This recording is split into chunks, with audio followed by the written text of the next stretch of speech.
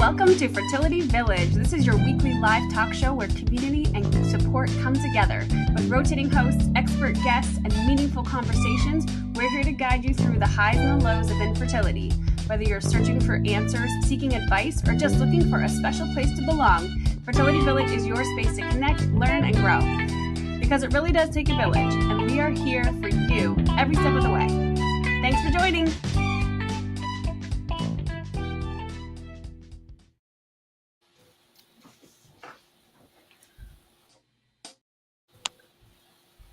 Hello, welcome back to Fertility Village Live. We are so very glad you could join us tonight for a very, very special episode on the perfect night to have our two next guests. I'm Sarah. And I'm Kaylee.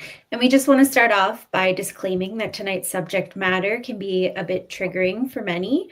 We want to talk about October 15th, a very special day today. It's the Wave of Light, which is an event where we light candles in honor of pregnancy and infancy loss. For our conversation today, we've brought in some experts on this subject. We have Teresa Morrison from Bridget's Bunnies and Kimberly Lockhart from Butterfly Support Network. Thank you so much for joining us, ladies. We just want to kick off with learning a bit more about you and your organizations. So, Teresa, could you talk a little bit about Bridget's Bunnies and how it's helped support those going through pregnancy and infant loss? Yes, thank you so much. Thank you for having us today. I really appreciate it. I just want to start off by saying that I am not an expert. I am here from lived experience. I always joke that in a past life I was like an HR analyst. And so now here I am because of life's experiences. However, I do have lived experience and we do have Bridget's Bunnies. So here we are today. So we provide support. So we're located out of Barrie, Ontario. And so we really provide support throughout Simcoe Muskoka is really the geography. And then also somewhat throughout Ontario. So we partner with different organizations such as our hospitals or our midwives in this region. And what we do is we provide comfort kits. So there's like essentially toolboxes or like those things that helped us when we experienced the loss of our daughter. So I can back it up a little bit further, even still. And I don't know how much you want me to disclose or if there's any issues with kind of talking about. You talk about whatever you're comfortable with. We're very cash here. Okay. Yeah. So I got here. So like I said, I used to work in HR. And then in November of 2017, we were expecting our first. Prior to that, we had had one miscarriage, but no reason to believe that anything would go wrong with this pregnancy. We did all the things. Attended the classes, read the books, all of our prenatal appointments, everything was looking good until our last prenatal appointment before our due date, and they couldn't find a heartbeat.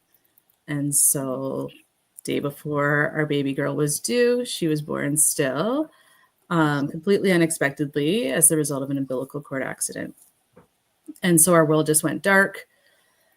We had no idea that this was coming. Obviously, we didn't really understand what our next steps would be. We were guided as best we could be by the healthcare providers. We had amazing midwives, but we found that the service that we received could have been better in the hospital that we received care in. And then also we just felt like we were completely alone. And it wasn't really until we started kind of meeting other parents through either like support groups or online chats and all these different forums that like our world kind of started to grow out again. And so that's where we knew that we wanted to reach people, my husband and myself. We really wanted to reach other parents who are going through this. I didn't want them to feel that alone for that long. I wanted people to know as soon as they received that terrible news that they weren't alone, that other families had been through this and that they had survived it. And so then that's where for Bridget's 6-month birthday, we knew that we wanted to celebrate a half birthday. The way we ended up celebrating was by donating 3 comfort kits is what we call them to our local hospital. And so those comfort kits included some of the items that helped us through. We had a bunny painted on her nursery wall.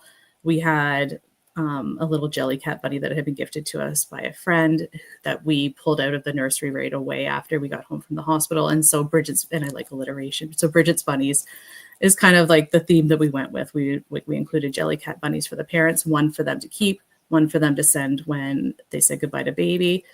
and then just resources that were helping us. So different books and different things like that. About 4 weeks maybe after we delivered those first 3 kits, we heard from the hospital they were interested in receiving more kits if possible. And so we were able to get them a few more kits just out of our own resources, but eventually knew that we needed to provide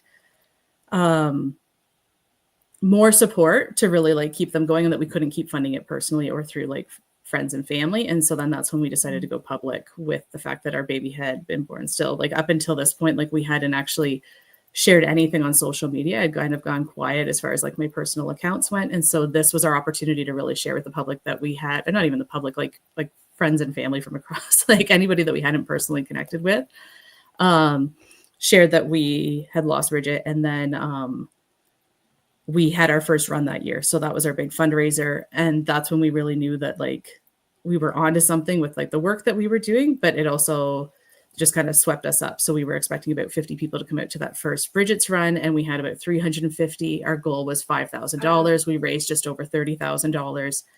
And those people weren't there for us. They were there for their own babies. And so I feel like we've been kind of struggling to keep up ever since, but we're starting to get the hang of this. I'm sure Kim can speak to similar situations, but yeah, so what we do as a result is now we went from providing a few comfort kits to that first hospital. We provide to about 7 hospitals regularly within our region, and about 3 or 4 outside of our region across Ontario.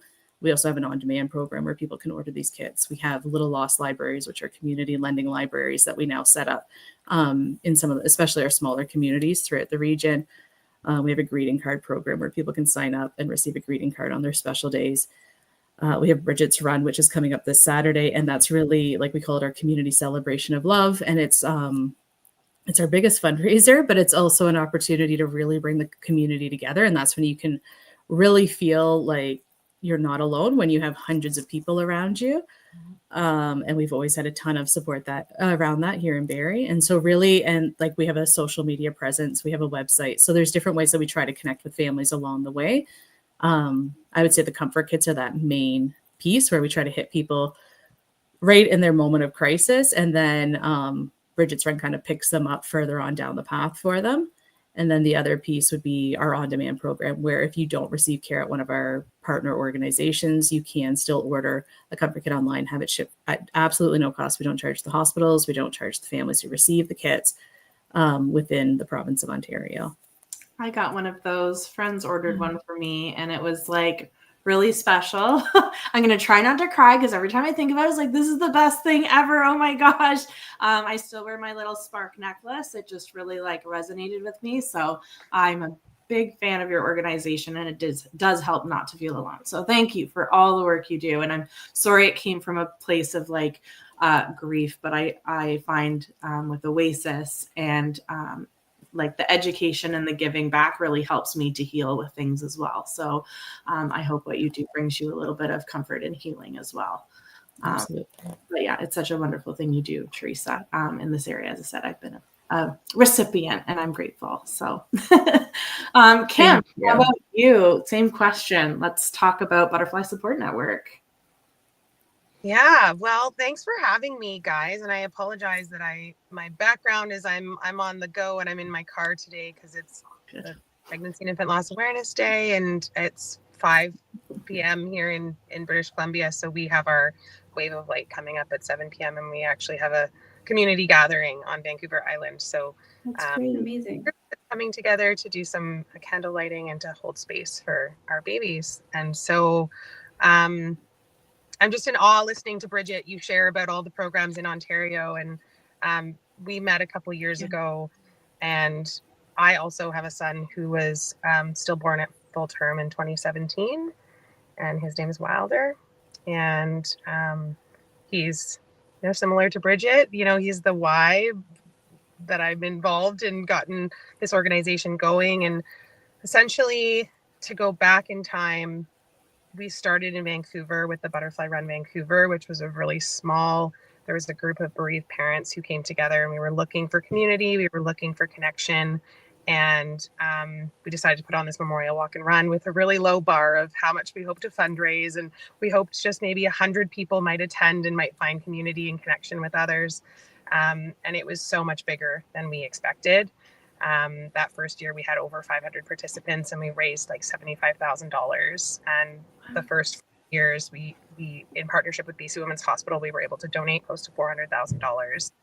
So that was huge, and it has expanded significantly. So now this year our butterfly run took place in Vancouver, Kelowna, Whistler, Nanaimo, and Trail. So 5 cities in BC, and our event happens the first weekend in October. So that's just finished and wrapped up. And in 2023, we went through the process of becoming a not-for-profit and getting our charitable status, which has been a huge learning and growth curve. And the reason that we did that was so that we were able to provide more programs and more supports and to offer more to families here in BC. And so to speak about the programs and the things that we do at Butterfly Support Network, we support families that are going through pregnancy loss of any type, including terminations for medical reasons, infant loss, stillbirth, and infertility and reproductive fertility treatments. And so we currently offer support groups with registered clinical counselors in multiple cities. And online, we offer one-to-one counseling with a registered clinical counselor who has lived experience as well, at no cost to families to receive that. We, similarly to Bridget's Bunnies, we also do bereavement boxes that we provide to hospitals all across the province, and smaller emergency room, like miscarriage care kits we also provide. And then this year we just launched a new peer mentor training program. So we're able to train and make sure that peer mentors that are supporting others have some support and guidance. So that's a new exciting program that we've been working on in partnership with BC Women's Hospital as well. So a lot of exciting things on the go. And I think ultimately at the heart of it is kind of like Bridget said, we don't want any other family that's going through these really traumatic experiences and heartbreaking losses to feel isolated or alone in their grief and in their journey. So it's such a hard topic to talk about. And people, like, I think there's almost a shame behind it when there definitely shouldn't be.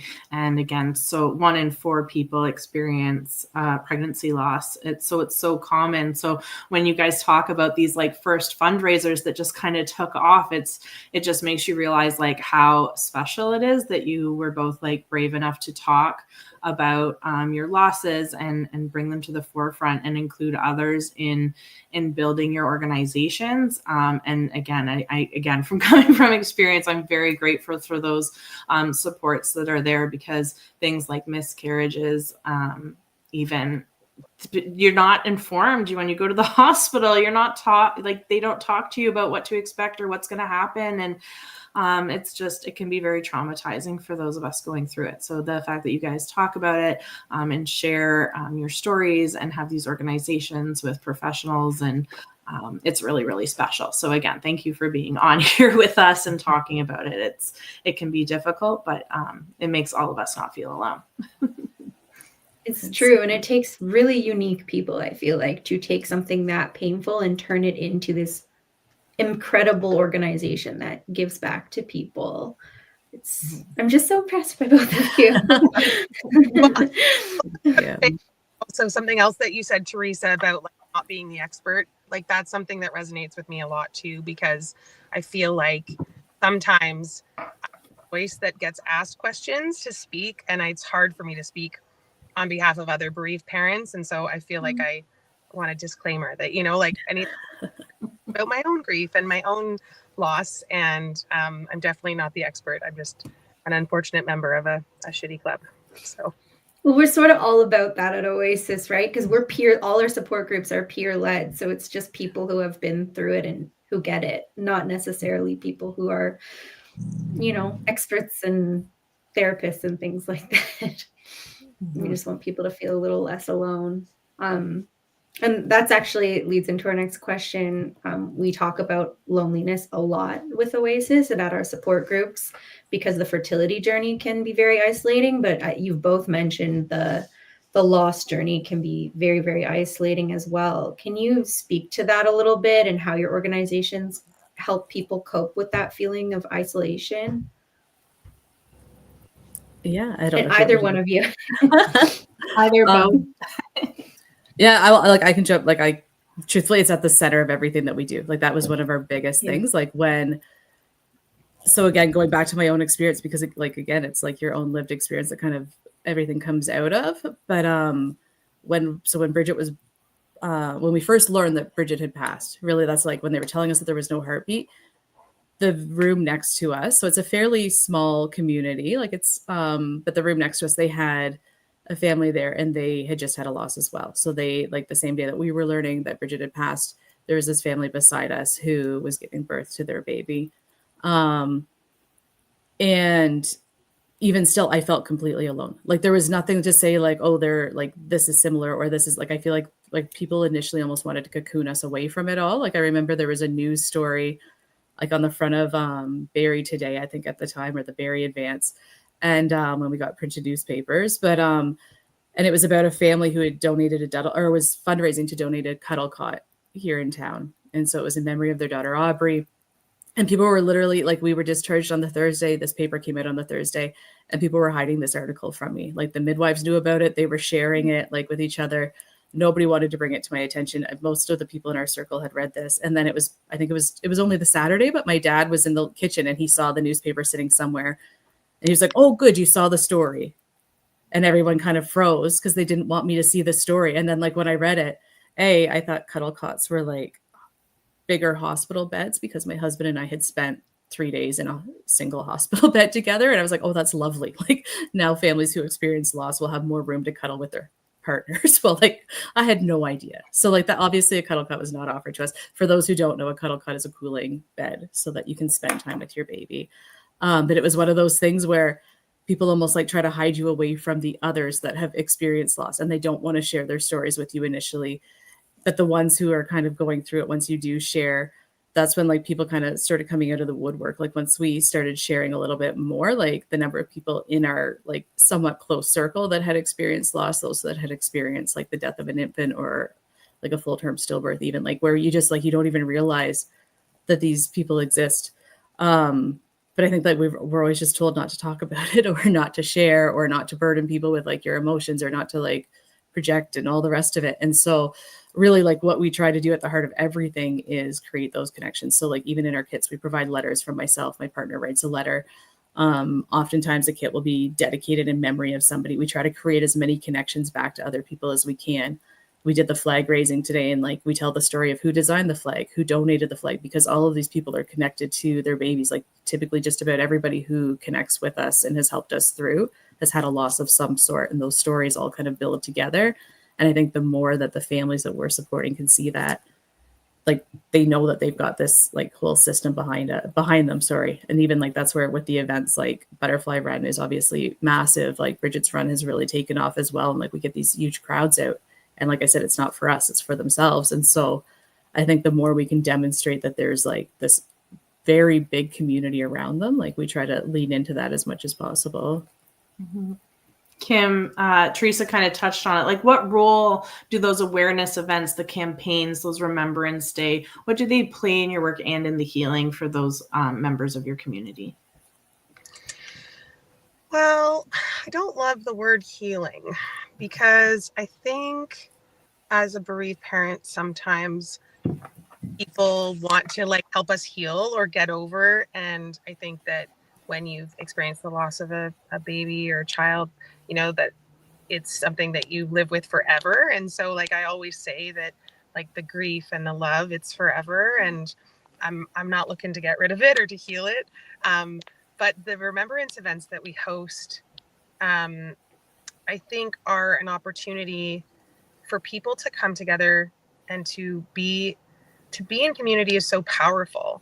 And to be around people who understand the experience that you've had, it's really hard to describe, because it's almost like there's no conversation necessary. Sometimes you just feel seen and held and understood, and there's something really, really beautiful about that. So similar to what Bridget said, I mean, the heart of what we do is we want everybody to feel connected and seen, and like they have a safe place to share or to talk about their babies or to talk about some of the messy parts of this journey. And so we do the Memorial Walk and Run, and then we have community connection events throughout the year where we do we have an IVF lunch that we've been doing the past few months in Vancouver that's been really well attended. And we've been doing a bereaved dad's dinner event that's been really well attended. And so it's not always necessarily that the conversation is specifically about your loss or your journey, but it's about sharing spaces with people who understand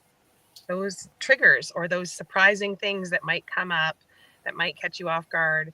When you're with people who understand, you don't feel like you need to justify or explain yourself. You can just be truly authentic and not have to hide your grief and not have to worry about making anybody else uncomfortable, right? Which is so common when we're talking about these difficult topics. Absolutely. I think Sarah and I can both speak to the reality of that, of how important it can feel to be surrounded by people who have been through it and get it, and how different that conversation is versus with someone who hasn't been through it. Often, people try, but it's hard for them to maybe relate or say the right thing or support you in the way you need in that moment. Can you speak to the impact of social support from community, family, healthcare providers? How does that impact the grieving process? And do you have any advice for people who are trying to deal with those tough conversations?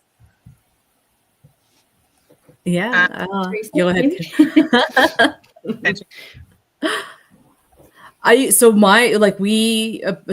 didn't touch on this either, but a big part of what I do in my role as well is I go into the hospitals as much as we partner with them for the comfort kits. Like we actually go in and we do a fair bit of training, and like we sit with them in orientation. Like they've been good about having us. And actually, Sarah, like one of the things that we're really focused on right now is like, are those early losses in the emergency departments, especially. Perfect world, we wouldn't have them coming into our emergency departments. We're not quite there yet, but staff have been super receptive to learning about what they can do and what they like in those limited moments that they have with the families, or like with the limited resources that they have available to them. So we've been providing kits to our emergency departments that are outside of like our regular comfort kits. They also get the regular comfort kit, but they're also getting like bigger boxes that include kind of like a checklist of different items, like different vessels and wraps and baby hats and all the rest that they can, like little cradles that they can be sharing. And then with those come prompts on how you can speak to your families or how you can address or offer these items up to them, because it is very awkward. And I always say, like, when we go in and we're like, oh, here's like a tiny little knitted cradle that our volunteers made, offer like who, like, until you're in that moment, you don't know that you even want to do that. You don't know that that's an option. Again, like I said, like with the cuddle cot, here's this thing that some people knew about. I didn't know about it. If you had explained it to me at the time, I might not have said yes to that. And so it's about just kind of presenting things in a very real and like, this is, and so Kim, you could correct me if you do it differently, but like, I'm like, I feel like you just need to be like real with people. You need to give them space. Don't try to fix it. Like we always say, like you absolutely at the core of any loss, you can't take away their suffering. The best you can do is just not add new suffering to it. Like we are always like, just don't add to the suffering that they're already experiencing, and recognize that you're not going to fix this. All you can do is try to buffer them as they get through like those early hours and days. And especially as healthcare providers. So I'm like as best as you can, just like leave space for that. Recognize that in this area, and really, unless you've been through it, you likely don't have enough experience to really fully grasp where they're at and what's going on. It's interesting you say that, like versus experience, because I remember so clearly being in the hospital after finding out there was no heartbeat, and they sent like an intern and this poor intern had to come like ask me all these questions, and I'm obviously distraught and upset. And this poor little young girl like was so like mortified on how to talk to me. And it's not that she said anything wrong. She was just so new and not sure how to handle it. And she'd have to go back to the OB and then come report back. And it's like, I think you should have had some training in this prior to you coming into an OB department. Maybe learn how to talk to patients a little bit around loss. But that's great that you're in there doing that, because I think that would have been really effective for that poor girl, because I'm pretty sure it wasn't a great day for her having to deal with my sadness and clearly not really knowing how to handle that. Do you have anything to add to that, Kim, about healthcare providers or community or family and how they can talk to their people who are going through that, again, that grieving process? Yeah, I think Bridget captured it all. It's a really difficult thing to teach or train somebody how to just witness and be with somebody in their most vulnerable and traumatic moments, right? And the truth is that I don't think that our care providers are getting much training in that, and they're learning how to do it on the ground when they're faced with these situations. And I think that, like, going back to your question about like the community impact or the impact for our healthcare systems, I think that community-based organizations like Butterfly Support Network, like Bridget's Bunnies, they are really bridging a bit of a gap, and they're allowing and providing ways for our healthcare system to then extend resources to families, because then these care providers that feel at a loss for how to support these families, now they have something that they can say, oh, well, you can reach out to this organization and you can connect with them and you can get support and you can find community and you can find your people. And so that is something, right? When it feels like there's nothing that's really enough.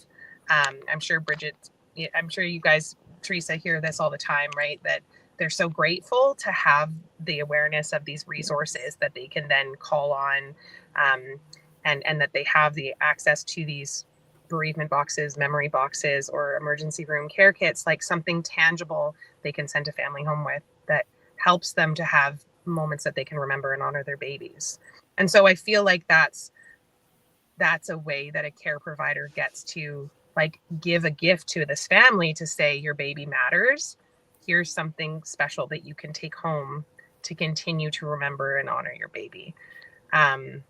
But there's no real recipe or, for how to do it. And we do offer sometimes educational sessions and trainings around language and the way, we get invited to come to things. But the truth is that there's no like recipe for how to do this. And the best thing you can do, like Teresa said, is try to minimize the harm, right? And because an awful situation can be really softened by really lovely care providers, or it can be made worse by people saying really horrible, terrible, awful things in a terrible situation. So, and those are the things you remember, right? The kindness versus the, maybe, again, not necessarily the mistake, or sometimes things are said with good intentions, but again, not that right thing. So having that guidance around language is awesome. It's awesome. And I ask, because we do have some doctors and nurses in our community, is there anything that you can say right now is something to avoid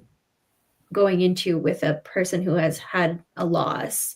I know you mentioned the word healing and how that can be problematic in that scenario. Is there anything that sticks out to you as something they can steer clear of?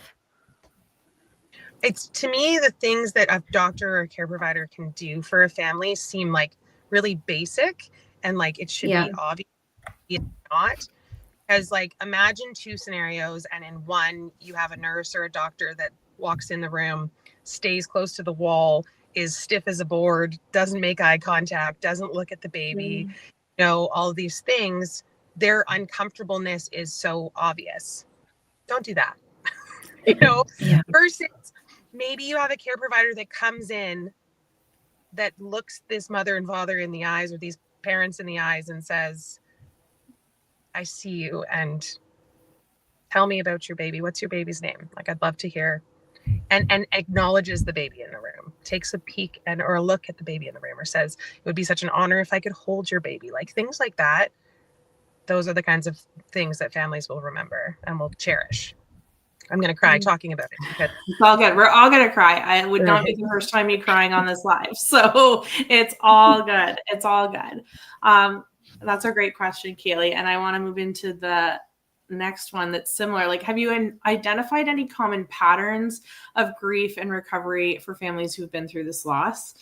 Like, is there anything you guys are looking for, or that you can recommend to people, kind of like the grief cycle, which is, it's cliche, I think, almost, but is there a pattern you see when people come looking for your services?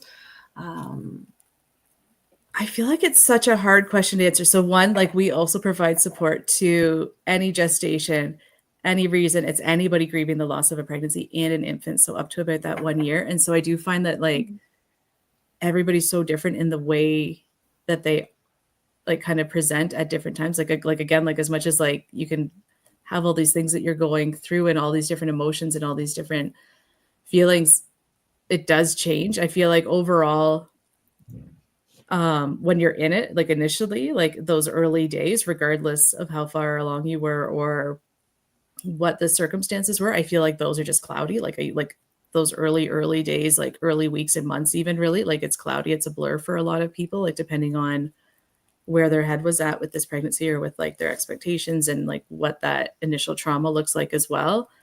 I think that we get people who, so we, like we said, so we do Bridget's Run and we're coming up on 8 years. And we have people who have been with us for 8 years. We have people who will come for a couple of years and then back off. We have people who will come and then we'll find that they don't have the support around them. So I feel like that's one thing. So when we work in this, and I don't know if Kim, if you see the same, but I feel like sometimes we are that place where they can still feel comfortable talking about it. Because I think like society almost has a timeline. Like, yeah, this is a really sad thing that happened today. But like you should be better now. Like I think like the number of times that I hear from family members where they're like, I just don't know if they're okay. Like, how do I know if they're okay? Like I don't think they're handling it. That's it. I don't know if they're handling it well. I hear that a lot. Like where I'm like, are they getting out of bed? Are they like what does handling it well mean? Like what are we looking for, guys? Like they're not going to be the same person that they were. Everything is different now. Totally. And so yeah, I think it's just like, what do you do with that? Like, it's hard to say. I don't know that I have a full pattern, but I do feel like there's like, it ebbs and flows and you can bring it on in a second is kind of where I'd go with that. Do you have something to add, Kim? Yeah, I was just going to say, like, if you're in the first month or 2 or 3 or 4, even after a loss like this, and like you're getting up and showering and eating and getting dressed and getting out of bed, you're doing okay. Like, you know, like you're going outside, like these are like the baseline things that we can do to like take care of ourselves or to make sure that our like loved ones are having those needs met. The original question about like the cycles of grief, I think it's really hard because often when somebody's gone through a loss or is going through a journey or has maybe experienced recurrent losses or is going through fertility treatments, has had embryo losses, like you go through periods of time that you maybe need more support and then periods of time where you feel like you need less support. And so often people come to us like wanting to give back and wanting to be involved in the community and volunteer and support others during their times when they feel like they need less support. But that does not to say that you couldn't still a few years down the road have another pregnancy that is really triggering. And then now you need support again and you're wanting to access counseling again. And so I don't think there's a really clear timeline to grief and to, it's a tricky one. Yeah, that pregnancy after loss, that's a big one. I don't even think we have a question on there. But that's a whole like hour in itself. I feel like the anxiety and the stress that comes from pregnancy after a loss. But do you guys have any like thoughts on that? Is there anything you want to add into that since we're on that topic? It's a hard one. Oh, if anybody's listening and they're experiencing pregnancy after a loss, like truthfully, I've been pregnant twice since, and I like even really Bridget was like supposed to be our rainbow baby. So I feel like all bets are off. Like it's so hard to trust that things are going to be okay. It's so hard to believe that you're going to bring home a living baby. So anybody who's ever going through it, I like just keep your head down and keep going. Like just like I feel like you have to kind of push through, celebrate when you can celebrate, but like know that go in as many times. Like I've always like just like if you need that reassurance, if you need to know the baby's still there, like go in as many times as you need to go in. Like I don't know. I don't know if you found any secrets along the way, either of you, but like, I was just going to say we have a like pregnancy after loss support group that we are running now. And so that is something that Butterfly Support Network offers for families that are navigating a pregnancy after loss and help them have safe places where they can connect with others and talk about that roller coaster ride, because it sure is, you know, a roller coaster of emotions when you're navigating a pregnancy after loss. So yeah, for sure. There's so much hope. And yeah, go ahead, Kaylee. I was just going to say, we have a support group at Oasis for the same thing, because we found people would go through infertility and they would get pregnant and graduate the group, right? They couldn't come back because it would be triggering for the other members, but they were still struggling so much during that pregnancy, and they needed somewhere to go to talk to other people who get that feeling of not being able to quite celebrate or feel hopeful yet. Yeah, it's definitely hard to feel that celebration when you're so anxious and so worried but hopeful at the same time. Like, it is definitely a roller coaster of emotions. Not fun. From personal experience. I have no good advice. I have no good advice. Unfortunately, I wish I did. Well, speaking of advice, do you have any advice for people who have been through a very recent pregnancy loss and that immediacy after it happens? Do you have any advice or tips on just how to survive that terrible event? I think like recognizing that it's a terrible event. Again, like if you just keep breathing, like literally there were moments where that's all I could do. It really is like I've had a fair bit of loss in my life, but that was one that like it just took me out at the knees. Like I like we're coming up on 8 years, and I remember somebody saying like, oh, like 3 years or 5, like whatever it was the half-life of your grief. Like you're gonna like kind of keep getting worse and worse and worse, and then your grief is gonna kind of like hit that tipping point, and then it'll start like you'll start to kind of get easier. And I was like, I can't even imagine living that long like carrying this grief. Like it was like it's just one of those things, like if you're going through it, like please just keep going through it. Take care of yourself, recognize that it actually is as bad as it feels. Like I still think like there's times when I look back and I can't believe what we've lived through. Like I think sometimes when you're in it, all you can do is keep your head down and keep going forward, especially like if you have responsibilities or living children to take care of or all these other things where you can't kind of give yourself that grace. Like I think try as hard as you can to give your space, your time, or yourself grace and space to feel it. And I don't know. It's so hard. Like Yeah. what's the advice I would give to somebody that's going through it or just experienced this? Like if you're getting out of bed and having a shower and having something to eat and like going for a walk or going into the sunshine, like keep doing that. Like those goals are like those are the small like things that you can hold on to get through. But I think that I don't know if this is like annoying or gives hope to somebody that's newly in it, but like I have found that over time this skill of carrying my grief and joy and other parts of my life too has gotten stronger. And so and you sort of, as time passes, you gain an ability to see that wave of grief coming. Like you see in the beginning, everything's triggering. Everything takes you to your knees. Everything is just like breaking your heart all over again. And so it feels impossible to do anything because everywhere you turn, something is triggering your grief. And so I think as time passes, for me personally, I can only speak about my own grief, but I start to recognize, that anniversary is coming up. Like I know that that's going to be a tough week for me.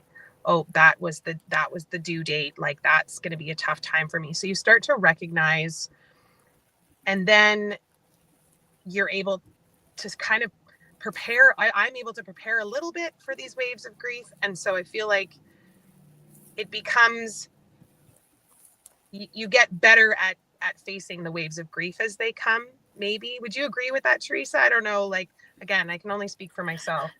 I know it's so hard, right? But I would say yes. And I think that the big piece is knowing that it's not going to last. I think in the beginning, when you're feeling it and it's like the reprieve in between those really big waves feels so short, like you feel like you're just always going to feel like this.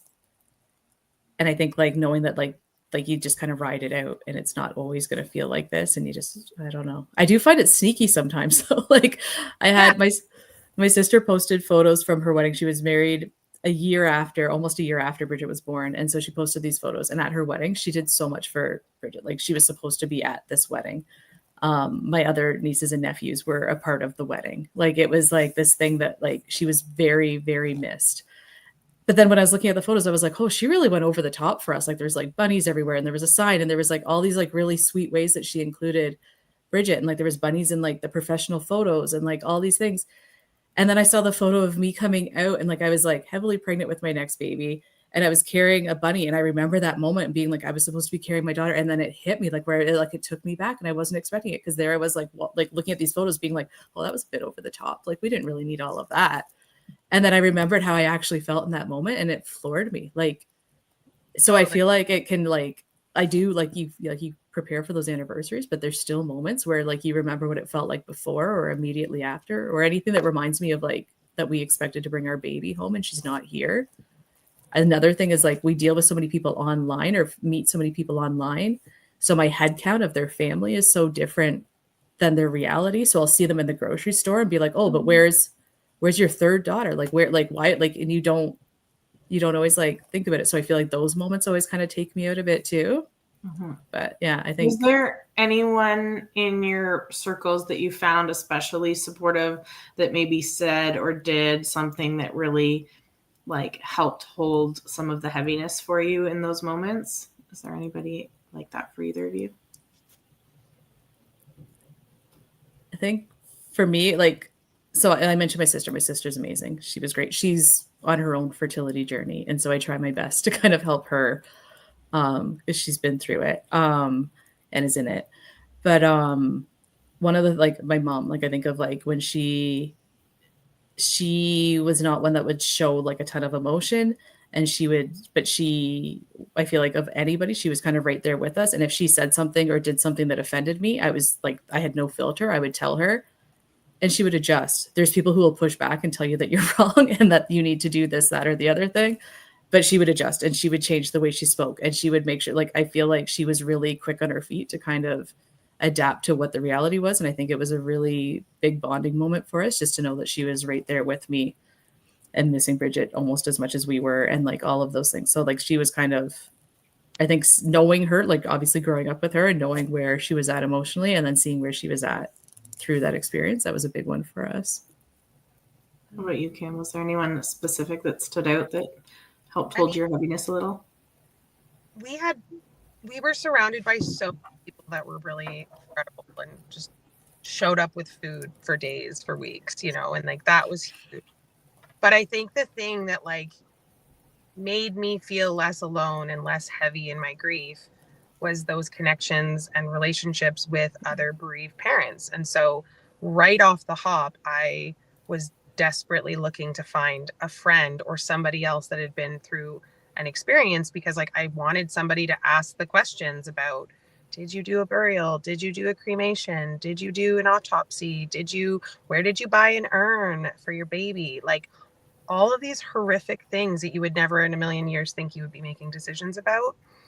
And so for me, the thing that eased my grief and my heaviness was to talk to other bereaved parents and find a little circle of bereaved moms that I could ask questions to that had been through stillbirth before me. Yeah, that's great. I'm glad that you both have like had that, something that helped you. That's really great. Yeah. You both mentioned a little bit about those moments that trigger you, like anniversaries, birthdays, things like that. Can I ask, is there anything you do in terms of a ritual or a celebration on a yearly or several times a year, if that's not too personal? And just, I wonder in the community if people are looking for like an example of how to do that in a way that feels good. And yeah. I keep talking first, Kim. I don't know if you want to go first or. I feel like for us, it's some of the things have changed. So like today we light a candle, and that's a thing that we do. Mm-hmm. Typically we'll hold that hour at the very least where we try to like make that time as a family. Birthdays, we always do cake for her birthday. I find, so like I had mentioned, I had an earlier loss, and I feel like that's one that I kind of hold a little closer, and it's always just been something that like I'll acknowledge on my own more or less. And then, yeah, but with Bridget, it's like the family, like we celebrate together. We found out that she had passed on the 21st of November, and then she was born on the 22nd. So we try as best we can to kind of let out the sadness where possible on the 21st. Like we won't work on that day. And then on the 22nd, we try to celebrate her or do something that we think that we would be doing if she was here. We used to go to the cemetery as a family, and we would sing and do all of those things. For kind of like, we don't really stick to anything, I guess, in particular with it. There's moments like we've even had holidays. So Thanksgiving just passed and it didn't occur to me to light a candle or make sure that her picture was present. Whereas like there's other times when it needs to be there and we need to have that like reminder right there. So I feel like it's changed over the years for sure. Mm-hmm. A lot of the same things that you shared, we do in our family. Like we always have a birthday party and a birthday cake, and we always celebrate our son's birthday. I'm going to share like a few other things that I've heard other people do that they've included their babies that I think are nice around the holidays. Like some families will get like an ornament every year for their baby. Some families even have like a smaller tree just for their baby, just with their baby's ornaments, which is kind of sweet. I have a tattoo that has my son's ashes mixed into the ink, which is really special. And it's a tattoo that felt like a message from him in the early days right after he was born. So that's something that I've done. Jewelry, there's all kinds of incredible jewelry you can get these days with like inclusions of breast milk or hair or ashes or so if that's something that you want, there's some really beautiful options. I also know of people who've done like memorial benches with their baby's name. We've moved now, but there was a place that used to be a spot that I would go to that felt really close to my son, and so sometimes we would go and do sparklers and things like that. And then of course lighting a candle is something that we do to include or bring my son to holiday dinners and things like that when he's not there. And sometimes not even everybody notices, like sometimes it's maybe just my partner that are aware that there's a candle there and it's for Wilder, but other people might not notice. So I think there's a lot of really beautiful ideas of ways that you can continue to include and remember and honor your baby ongoing. Mm-hmm. I love that. I have a tattoo myself. Oh yeah. Yeah. Same. Yeah. I don't know why. I just felt like it's going to stick with me forever. So why not put something on my body that's going to stick with me forever too? Yeah, I love that. That's great. Is there anything we can do to better educate public, workplaces, healthcare professionals about supporting grieving parents? Yes, there's so many things. All the advocacy and right? this, so well, and truthfully, I feel like there are parallels with like fertility, right? Like there's so many like with workplace and all the rest of it, like especially with earlier losses. So like I'd say like with stillbirth, like with us, like I don't know what it is now, 5 months, I guess, is like the leave. So I got that. Like I got my maternity leave. When you have a miscarriage, there's different rules in different provinces and there's different things that you can do as far as like sick leave or time away. But really I think that employers in general just don't necessarily understand or don't have the capacity to provide like the care or the space that like bereaved parents or parents who are trying to conceive or parents who are going through all these different things really need. Because I always say too, like as far as like bereavement leave, like we take Bridget's birthday off, we take the 21st off. Like there's days that like I won't be able to work. And so if I was working for somebody else, those would have to come out of vacation pay, like, or out of my vacation days. And like similar, I imagine with fertility, like watching my sister go through a recent like miscarriage. It's like, it's not one day. It's not this one event that happened. It's like, it's spread out over a week. So then like, now do you just lose? Like, so there's things like that. I think like just knowing that it's not a moment in time, it's kind of ongoing, and just having the capacity to work with people, kind of coach them through it or give them space. I don't know. And is there anything you would like to see changed at a policy level to support affected families better? Kim's nodding. Yeah, what do you want to see? Yeah. This is something that I've been advocating for, and that I have met with many, many MLAs over the last couple of years, talking about the increased need in British Columbia specifically for research around pregnancy loss and infant loss, and education for care providers.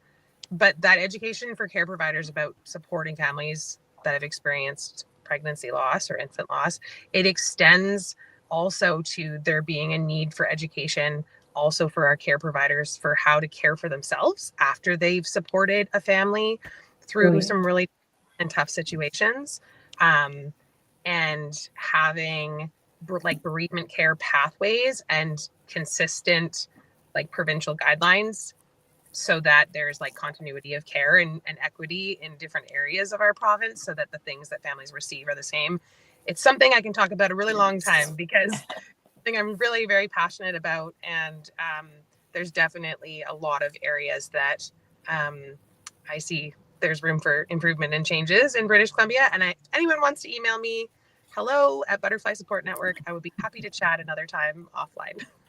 Yes, I love that. My day job requires a lot of compassion towards caregivers and towards people that are going through something difficult. And so even from that frontline perspective, it can be compassion fatigue is a thing. And so for people, frontline workers, doctors, nurses, even people supporting someone going through some very deep grief, compassion fatigue is a thing. So teaching people how to look after themselves, that's really great advice, Kim. I love that. Keep advocating. We'll help you. We love doing that here. It's on our radar. We just started an off-the-clock support group for care workers in the fertility space. So hoping that can help them with that too. What's one thing you wish more people understood about pregnancy and infant loss? If there were just one.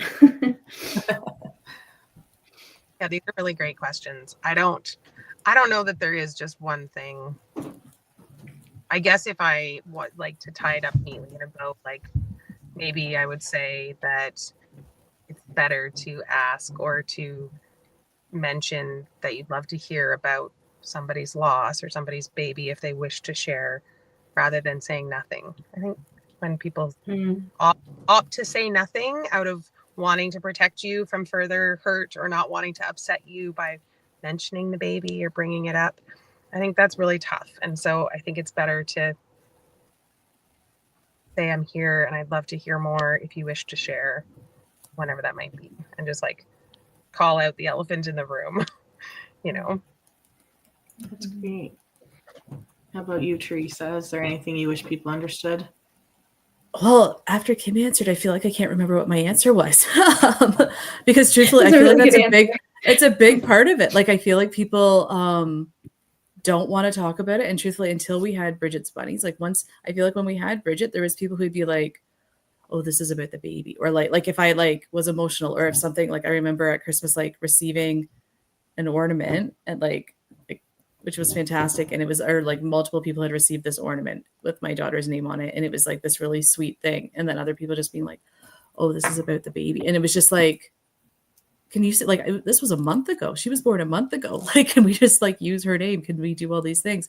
And like those same people, when Bridget's Bunnies came along, suddenly like we could talk about Bridget's Bunnies as like an organization. We could talk about Bridget's Run as like an event. We could talk about all the positive like action items that come out of that. But then to actually talk about the fact that I'm a grieving mother who lost my baby, I feel like for a lot of people, it's too much. Like, it's just like, so I think that like, you forget that, like, you forget how many people just like won't say anything at all. And like, truthfully, like you lose friends over it. Cause like you get to a point where you're like, I can't keep pretending that this didn't happen. I can't keep letting like these people who are close to me, like pretend like this isn't the biggest thing that's going on in my life right now. Like, and like life changes, but sorry, go ahead. And forever. Right? Like what happened in my life right now and will be next year too. Oh, and that's like, so that's the other thing, like where like people, you have this group that's around you. We have the people that were in the delivery room. We have the people who supported us. But then coming up on birthday number 8, like how many of those people do we hear from? How many of those people actually like think to do anything? And like I would say, like your world is like their world shrinks. So like you have your baby for whatever length of time that you had them, and then your world kind of shrinks, where like your other children, if you have living children, they go on and they make friends, and like they have teachers and they have all these other people that come into their lives. And so if you were there in the moment when somebody had a loss and you were like privy to that and you were a part of that, if you were somebody who was lucky enough to meet that baby, like you're there for life. Like we say this even to like our care providers. I'm like, if you were in the room and you got to hold that baby, like you don't get to pretend that there's like this professional wall between the two of you. Like you're in on something that like sometimes grandparents don't get to be a part of, aunties don't get to be a part of. Like you got something very special and now you're tied to that family. So like it or not, like you're going to be a part of that story. And I think that people who haven't been through this might not understand the weight of that or like what that means 10 years down the road, 20 years down the road. Like that's a really great point. I love that, actually. Love it. Okay, our last question. If you could share one piece of advice, and we said like for parents that are currently grieving a loss, but not even that. If you could share one piece of advice for anybody, or a piece of advice that you got that was really effective, like one piece of advice, what would it be for the community of infancy and pregnancy loss? So hard. I'm sorry. for people who have gone through it, is that kind of... It could be for someone who's gone through it, or for a caregiver, or for a family member, for a partner, whatever you think, like the best piece of advice you can think of. Okay, I have a good one. Okay. If you know somebody that's gone through pregnancy or infant loss, put their anniversary of their baby's birthday in your phone, set yourself an alarm, check in with them, and check in with them, or send them a card, or send them a text, with no expectation of them needing to respond to you on what is a heavy emotional day for them. Just, I'm thinking about you. I know today is a tough day, and I love you, and I'm here for you. I love that so much. So much. That's really, really good advice. How about you, Teresa? I like that one too. So I would say if it was somebody who's gone through a loss, my biggest piece of advice is to find a way, if this is something that you're dealing with, to like really truly convince yourself that it's not your fault.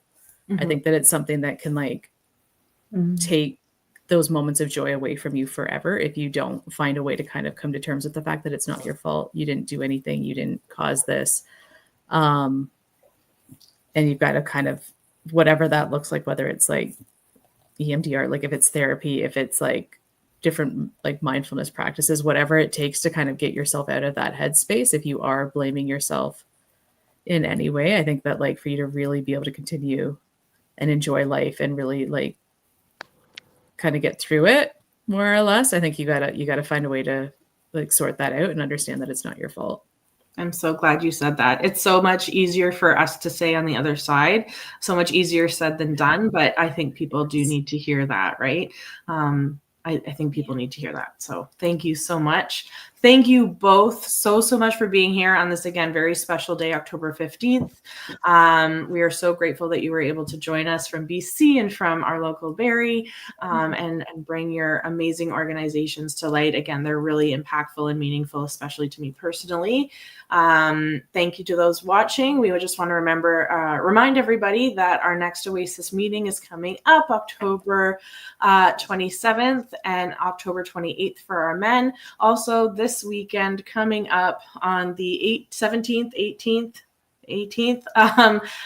is the Fertility show here in Toronto. So if you're out, come join us at the Canadian Fertility Show. We look forward to seeing you all there. So until next time, again, thank you so much for joining us. We look forward to seeing you next Wednesday. Thank you, Kim. Thank you, Teresa. Big hugs to you both. Thank you for sharing your stories again. Thank you so much for sharing. We look forward to talking to you again. Thank you for having us. Thank you. Have a great night. Have a good night. Bye. Bye.